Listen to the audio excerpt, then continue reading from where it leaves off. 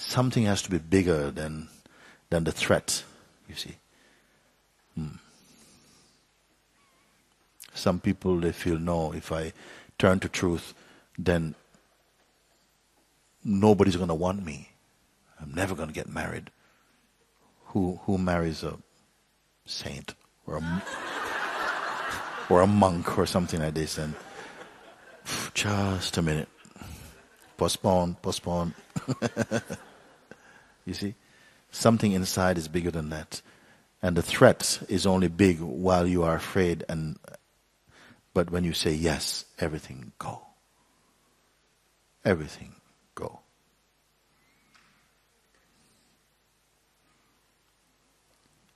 I used to teach in college. An art teacher in college, a local college. And I used to invite some of my students, come back to the house and paint. But then the life was changing very powerfully.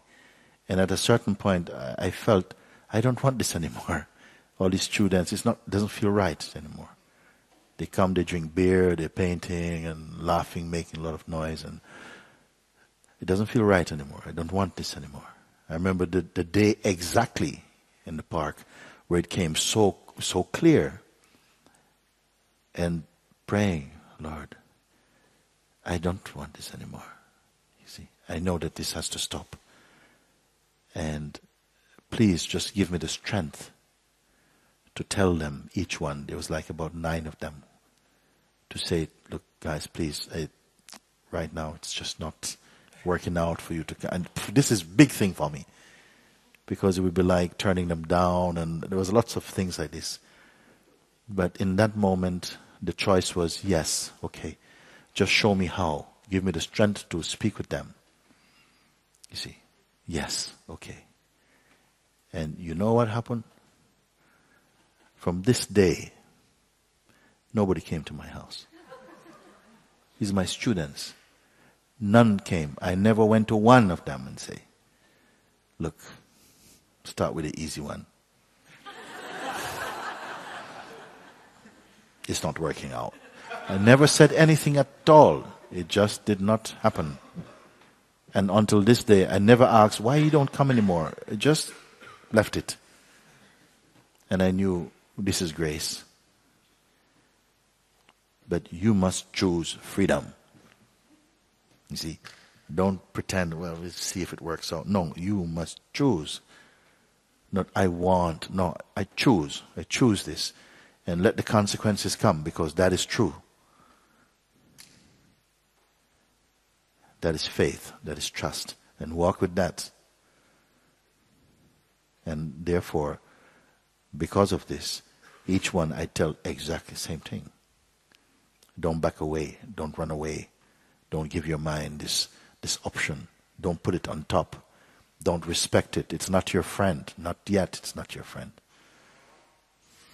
It's not your guru. Don't listen to him.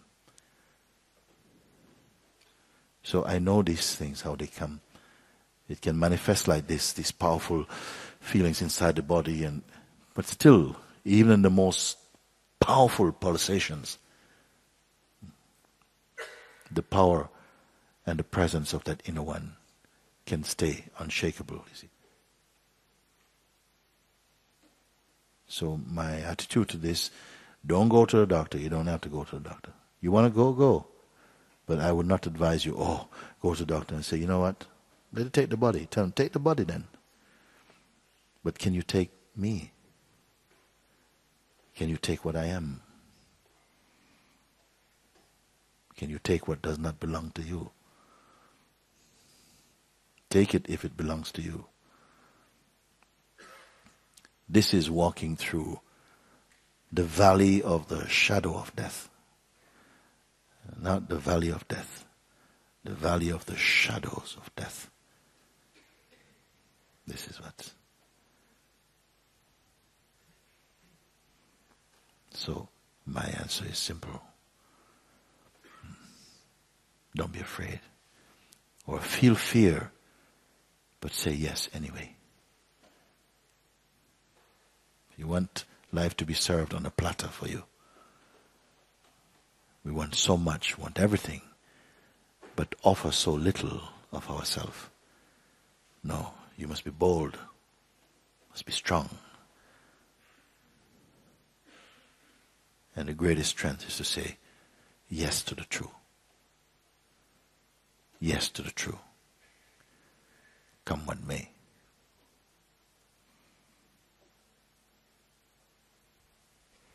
Perhaps this is why somehow your meditation did not complete, because some other things inside was fighting against that. This voice of, oh, I can't do this. You really need to examine whose voice it is, because you, without even checking, you are just accepting this is me. It is not one's true. Your true voice is not this. It is not, It is our kind of cultured self. The idea we have taken to be who we are is speaking like that. Mm-hmm.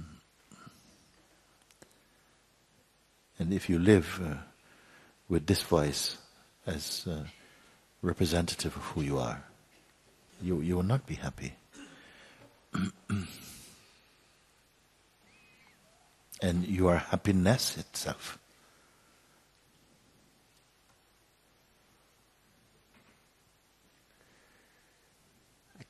I can feel it, but the pain and the pressure in my body push me away from this state of acceptance. And I don't know why, and it really pushed me away, because I had experience where I didn't feel anything, and I was feeling so light and really peace. Something, say the pain inside pushes something, some fear comes, and the feeling, oh no, I can't go, and all of this. But I really have to ask you in all seriousness, are you not, is there not a space in which this pain and the apparent, the intimate feeling of self, with all its reactions and so on, is seeable, is seen or not? And it feels like a powerful effect, and then it calms down and it changes, and the change is seen. The presence of a kind of suffering me and the absence of the suffering me. Are they not sensations in consciousness which is equal? If I cannot convey this to you, I have nothing really to convey with it to you. Because the rest is too ridiculous. If I cannot get this across to you, that you are your higher self, there's always that space. But we are so focused on the story of me and the reactions that happen, and this is happening to me, and we feel the me is all you know. But the me is also known. It's also seen. But then you feel, but there's no life in that knowing place where I or me becomes only an object in that view. But that's only another assumption. You have not tested that water.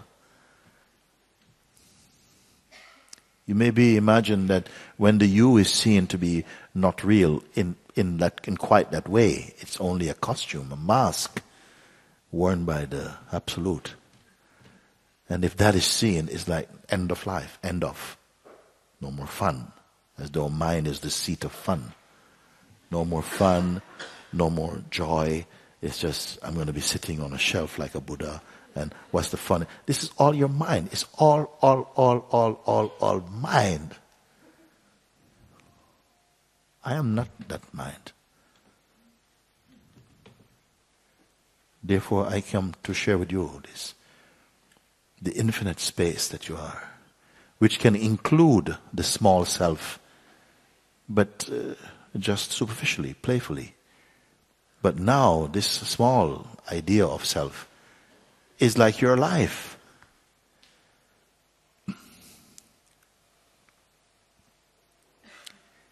And even then, in this little life, you're making little compromises to just get a little bit of juice out of that.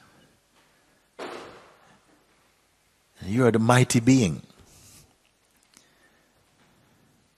You are the mighty being. Not for the time being. You are the mighty being, you see. What it means, mighty being.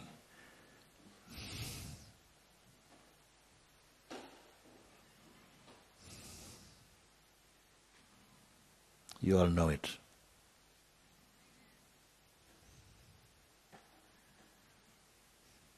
You know it's not enough, this. You know it's this is not enough. But you're afraid to find that which is more than enough. Which is no distance from you, except the distance of a thought or some concepts which you momentarily treasure and give value to. Like that. And it's not a blame, but it's a mighty invitation to say, take a step.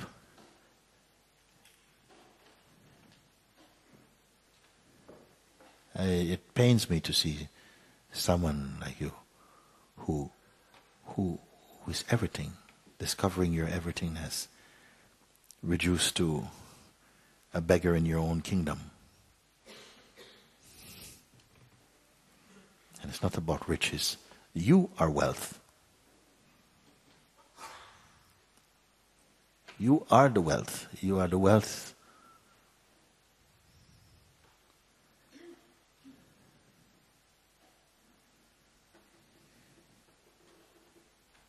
Yes.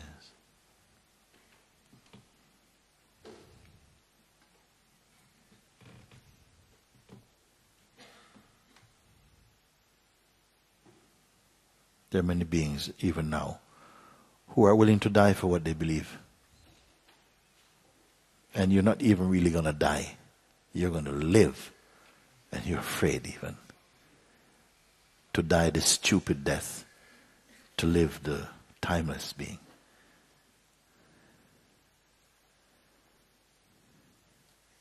And there's a song.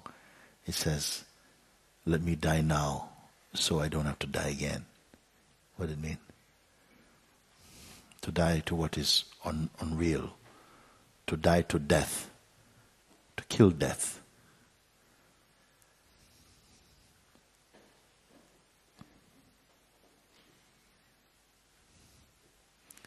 I can only encourage you, because I know the power is in you to do all the things that we speak. And it's not a big thing. It's big in its effect and its impact. But for you it's not big. Sometimes to say, what is my life if I will not be free? What is your life if you're not free?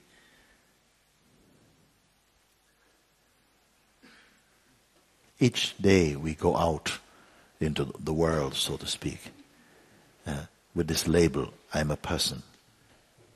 That's the label. That's your vibration. So therefore, you're saying to the world, I'm a person. Treat me like a person. Okay? And we're all doing this. But when you enter yourself and be fully there in spite of whatever, you don't have to go out and say anything. But at least you are you. I cannot look on you and perceive you in any small terms. Because I know you are the one who dwells here. So I cannot tell you to do a lesser thing. I can tell you even to do. But come on. Come on. What is this?